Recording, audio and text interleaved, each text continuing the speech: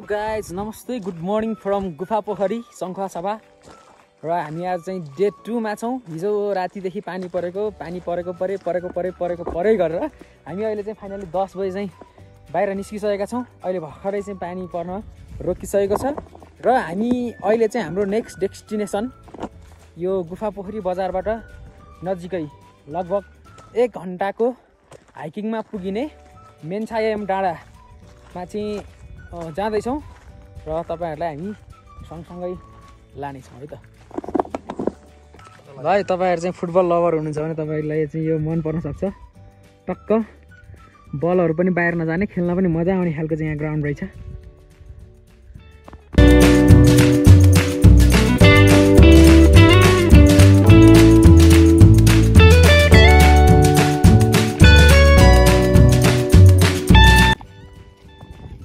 तपाईले त्यहाँ पर चाहिँ नि ब्याकग्राउन्डमा बादलको लुकामारी देख्न सक्नुहुन्छ। जुन यो डाँडाभन्दा राइट साइडतिरबाट चाहिँ एकदमै बेगले हावा आइरहेको छ र लेफ्ट साइडतिरबाट चाहिँ त्यो जुन कुहिरो छ त्यो कुहिरो राइट साइडतिर जान खोजिरहेको छ। त्यहाँ चाहिँ हावा र कुहिरोको बिचमा चाहिँ त्यहाँ घमासान प्रतिस्पर्धा हुँदैछ है, रस्साकस्सी हुँदैछ। यो हेर्न एकदमै गजब छ, मनमोहक छ। अब हामी आइरहेको यो बाटोबाट चाहिँ हामी लगभग गुफा पोखरीबाट 5 मिनटको हिँडाइमा चाहिँ यो बाटो टुङ्गिँदो रहेछ। त्यही भएर तपाईहरु पनि आउँदै हुनुहुन्छ भने बजारमै आफ्नो गाडीहरू राखेर बाइकहरू राखेर चाहिँ हिँड्दै आउनुभयो भने चाहिँ त्यो झन् रमाइलो हुने देखिन्छ है त।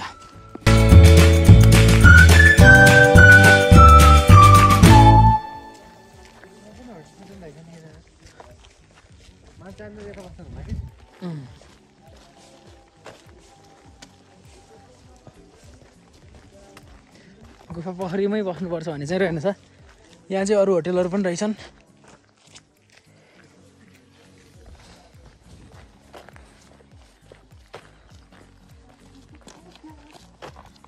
यहाँसम्म चाहिँ हामी यो मोटर बाटो हुँदै आयौँ र यहाँभन्दा माथि चाहिँ हामी यो जुन मार्ग छ त्यो मार्ग हुँदै चाहिँ हामी अगाडि बढ्नेछौँ।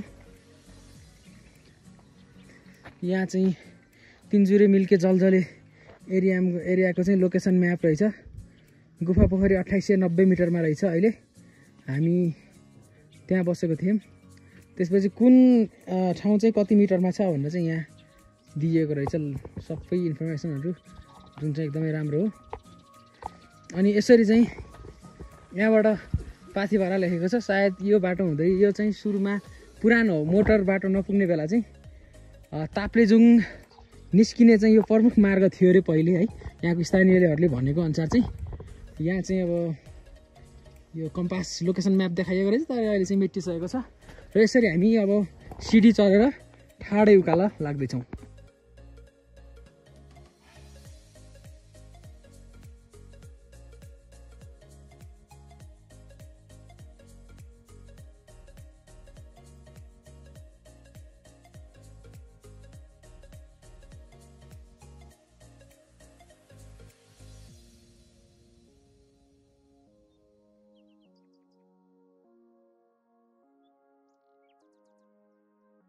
ठाउँ चाहिँ कस्तो रहेछ भन्दाखेरि 3वटा जिल्लाको सिमानामा पर्दो रहेछ यो ठाउँ होइन।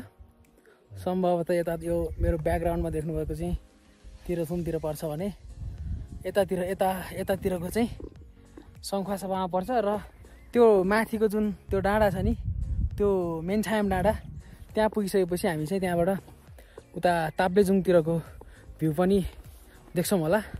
यो चाहिँ 3वटा जिल्लाको सिमाना स्थल पनि रहेछ है त। बादलसँग चाहिँ यहाँ एकदम रमाइलो छ।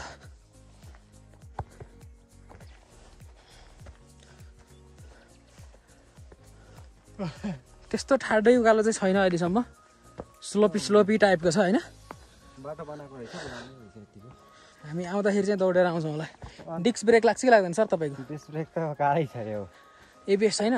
एबिएस छैन, नन एबिएस हो होइन। ए तर पनि यस्तो। अनि इन्जिन चाहिँ कार्बोरेटर हो कि आफै इन्जिन हो तपाईँको? इन्जिन त अब कुनै परीक्षण गराउनु पर्ने हुन्छ। यस्तो ठाडो उकालो चढ्नका लागि चाहिँ कार्बोरेटर इन्जिनलाई गाह्रो पर्न सक्छ, त्यही भएर चाहिँ हामी आफ्नो इन्जिनलाई चाहिँ आफै जस्तो चाहिँ फिट एन्ड फाइन गराउनुपर्छ कि।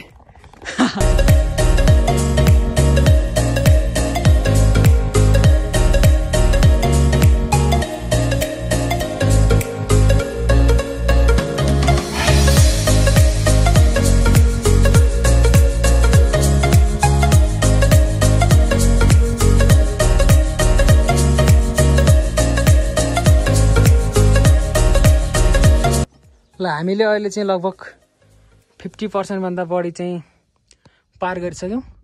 तपाईँले देख्न सक्नुहुन्छ त्यो माथिको भ्यू टावर जुन छ डाँडाको, त्यो भ्यू टावर चाहिँ हाम्रो डेस्टिनेसन हो। अब हामी त्यहाँ पुगेर एउटा स्टप लिन्छौँ। यहाँ हामीले एउटा स्टप लिइसक्यौँ। यहाँ पुगेपछि चाहिँ थप आकर्षक बनाउनलाई रेलिङहरू पनि राखिएको रहेछ। यहाँ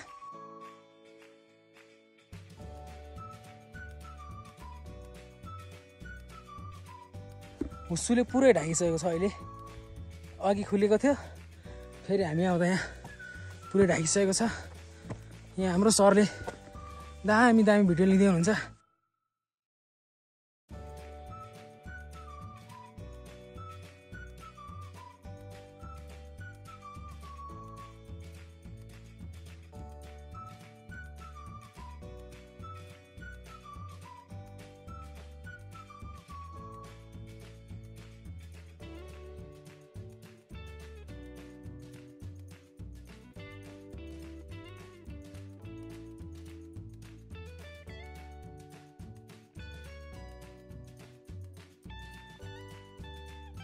फाइनली हामीले 90% ट्रेक कम्प्लिट गरिसकेका छौँ। त्यो पछाडिको जुन भ्यू टावर छ त्यो चाहिँ हाम्रो लास्ट डेस्टिनेसन हो। खाना नखाएर आएको, एनर्जी चाहिँ पानी सबै नखाएर आएको।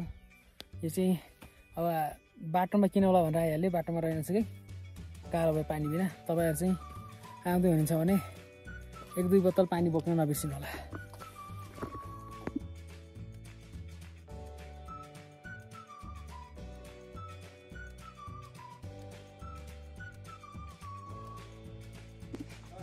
यहाँनिर चाहिँ एउटा गुफा पनि रहेछ।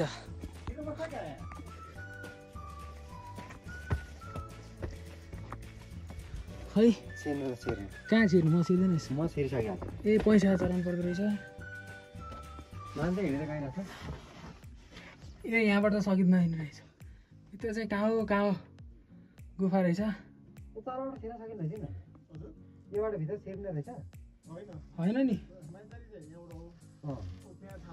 छैन यहाँ सम्भावना। तपाईँ छैन, सानो छ।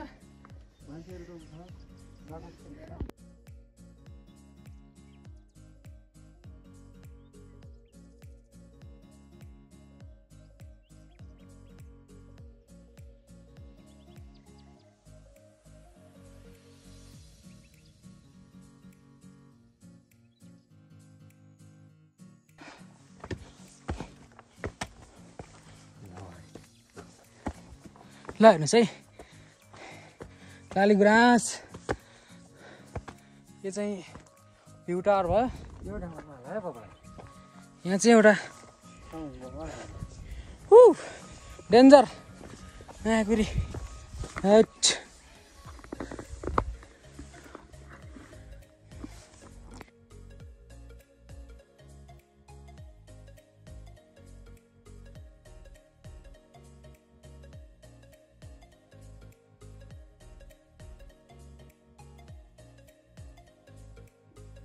मैले चाहिँ यसरी 2वटा सँग राखेको छु है।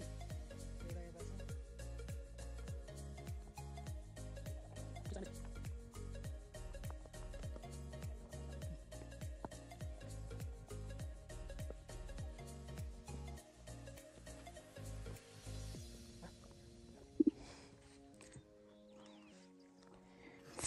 फाइनल्ली हामी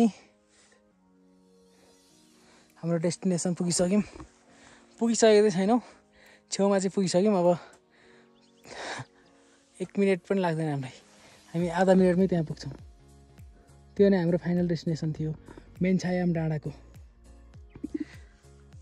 so guys this is the view tower है। हाम्रो चाहिँ एकदमै व्यग्र प्रतीक्षाका साथ हामी सङ्घर्ष गर्दै गर्दै सास फेर्दै श्वास गर्दै आएको चाहिँ यही ठाउँबाट चारैतिरको भ्यू हेर्नलाई हो।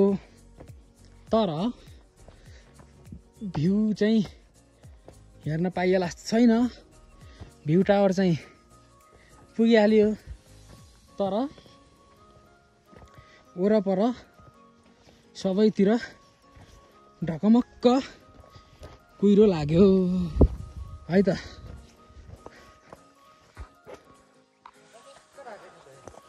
ढकमक्कै राखेछ।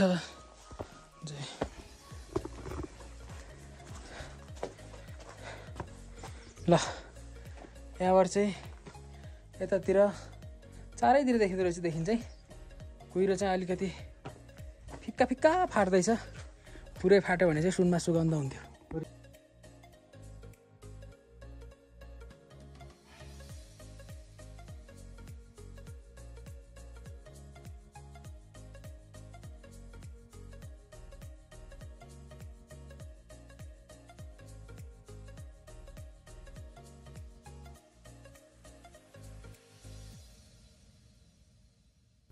ल हामी चाहिँ यहाँ मेनछायम डाँडामा आएर यो भ्यू टावरमा आएर बसेको चाहिँ लगभग 1 घन्टा हुन थालिसक्यो है।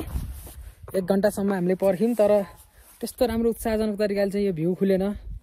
अब हामी यसो तलतिर जान्छौँ।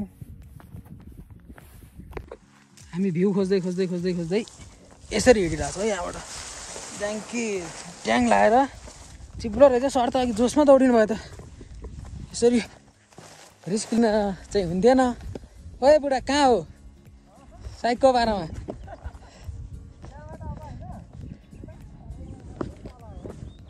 आम्मामामा यो भिर यस्तो भिरमा त्यहाँ जाने जुत्ता चिप्लिन्छ नि सर्दियो। म यहीँबाट हानिदिन्छु।